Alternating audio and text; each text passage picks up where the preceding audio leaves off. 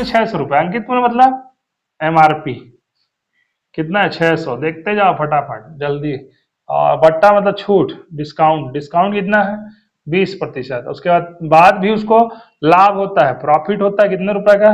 फिर भी 20% का फायदा होता है। तो वस्तु को क्रय मूल्य निकालना है, क्रय मूल्य मतलब कॉस्ट प्राइस निकालना है। पहले तो एसपी, एसपी बराबर क्या होता है एमआरपी, एमआरपी इंटू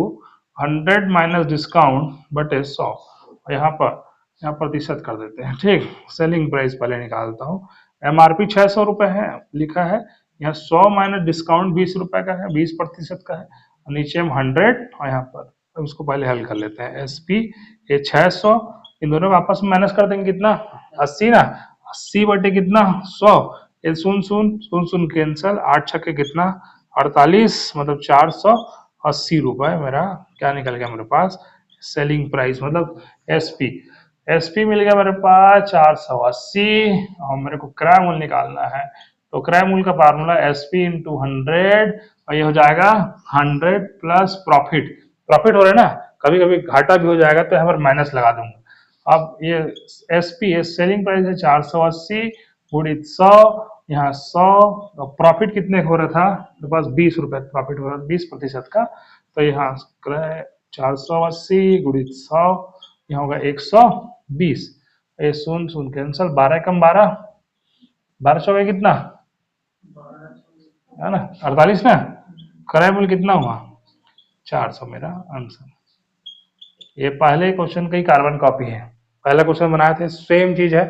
प्रश्न करता है इसी प्रश्न व्यापम का फेवरेट, ठीक। एक और पुस्तक, एक पुस्तक विक्रेता 10% छूट, छूट मतलब डिस्काउंट, डिस्काउंट कितना प्रतिशत 10%, यदि वो 8% लाभ, प्रॉफिट कितना परसेंट 8% प्रॉफिट होता है, लाभ हो रहा है उसको, और उस पुस्तक का अंकित मूल्य मतलब एमआरपी, एमआरपी वो है 120 रुपया। तो पहले मैं सेलिंग प्राइस निकालता हूँ एमआरपी और गुणित 100 माइनस क्या कर दूंगा डिस्काउंट बटे 100, पहले तो सूत्र लगाना है, विक्रय मूल्य बराबर अंकित मूल्य गुणित 100 माइनस डिस्काउंट छूट बटे क्या कर दूंगा 100। अब सेलिंग प्राइस पहले निकालना है, एमआरपी कितना है मेरे पास 120 रुपया, यहाँ पर 100 माइनस डिस्काउंट कितने का था, कितने का छूट था 10 रुपया के, यहाँ 100 कर दो और 120 गुणित ये हो जाएगा कितना 90, 90 हाँ 100, 1 2 1 2 कैंसिल, 12 नहीं है कितना, तो सेलिंग प्राइस तुम लोगों को मिल गया विक्रय मूल्य 108 रुपया, विक्रय मूल्य सेलिंग प्राइस कितना मिल गया मेरे पास 108 रुपया मेरे पास विक्रय मूल्य है। क्रय मूल्य निकालना है, क्या निकालना है ये निकालना था ना, क्या निकालना है क्रय मूल्य, कॉस्ट प्राइस निकालना है, क्रय मूल्य के फार्मूला, क्रय मूल्य बराबर सेलिंग विक्रय मूल्य गुणित 100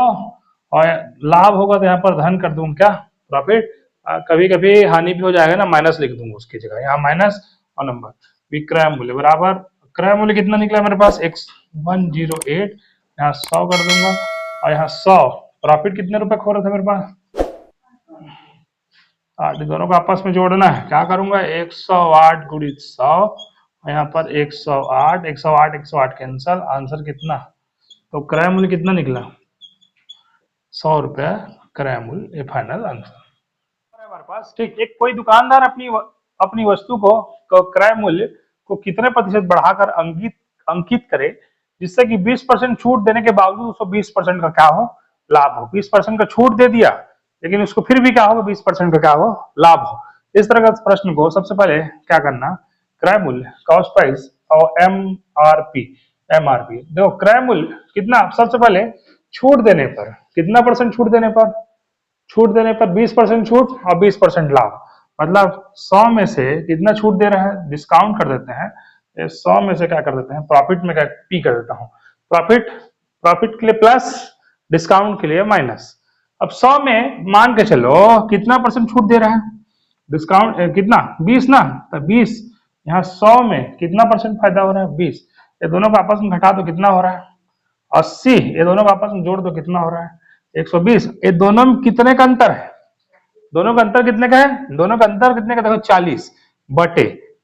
क्रय कॉस्ट प्राइस हमारे पास कितना है 80 लिखना गुणित कर देना 100, ये शून्य से शून्य कैंसल, 4 एकम 4, 4 दूनी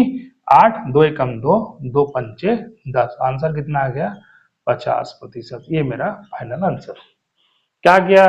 पहले प्रश्न को समझना है, क्या प्रश्न है, अब फिर फार्मूला में देख क्या क्या है। दुकानदार क्रय मूल्य कॉस्ट प्राइस 100 माइनस डिस्काउंट, ये चीज 100 माइनस डिस्काउंट, फिर एमआरपी है और ये क्रय मूल्य है ना 100। क्या हो रहा है इसमें,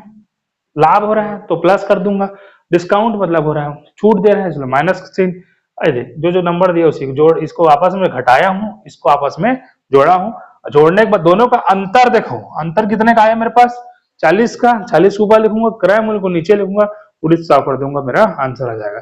अच्छा इसी को मैं यदि मैं सूत्र सूत्र कितना सारा सूत्र याद रखूंगा मैं, सूत्र तो हर चीज का सूत्र ही सूत्र है तो सबका सूत्र याद रखूंगा। हाँ ये टाइप का क्वेश्चन है तो इसको ऐसे बना सकते हैं, लेकिन अब सूत्र से यदि याद रहेगा तो तुम लोग लाभ कितने का हो रहा है, लाभ 20 का हो रहा है, 20 धन 20 और डिस्काउंट भी 20 का है, गुणित यहाँ 100 कर दिया और 100 में से कितना घटाना है 20 घटा देना है। अब ये होगा 40 गुणित 100 बटे कितना हो जाएगा यहाँ 80, ये शून्य शून्य कैंसल, 4 एकम 4, 4 दूनी 8, 2 एकम 2 पंचे 10, तो आंसर यहाँ पर भी कितना आ जाएगा, ये तुम लोग का आंसर 50%। वही वाला है जैकपॉट टाइप, लग गया सूत्र तो लग गया, नहीं तो फिर ये तरीका। ठीक, टेंशन मत ले। एक पुस्तक की छपे मूल्य पर 10% छूट और 12% लाभ होता है तो पुस्तक का क्रय मूल्य और छपे मूल्य का अनुपात निकालना है। क्या निकालना है, अनुपात मतलब रेशियो। अभी हम लोग पढ़े हैं क्रय मूल्य और एमआरपी, एमआरपी एक ही टाइप के प्रश्न, जैसे इसमें माइनस डिस्काउंट और यहाँ 100 प्लस क्या कर देता हूँ प्रॉफिट। अब ये बताओ डिस्काउंट कितने का, छूट कितने का दे रहा है, 10% छूट है 10, लाभ कितने का हो रहा है 12% लाभ, ये दोनों को आपस में घटाना कितना हो गए, कितना 90, ये दोनों जोड़ देना कितना 112, दोनों क्या करना अनुपात निकालना है, तो 90 बटे कितना हो जाएगा 112, दो कौन सा पहाड़ में बांटू, 2 के पहाड़ में 2 चौके 8, 2 पंचे 10, ये कितना हो गया 45, 2 के पहाड़ में 2 पंचे 10 और 2 छक्के 12 मतलब 56, तो आंसर कितना है। अब कट्ठी का नहीं कटी नहीं कटेगा, लेकिन अब आंसर आ गया हमारा कितना 45 से बटे कितना, ये होगी, यही रेशियो निकालना है, अनुपात में निकालना है तो 45 अनुपात 56, कोई ऐसा पहाड़ा नहीं है जो 45 से 56 एक साथ आ जाए, क्योंकि ये दोनों अलग अलग इवन नंबर है या ऑड नंबर है नहीं है। ठीक, तो ये यहीं तक करके ही छोड़ देना है। ठीक।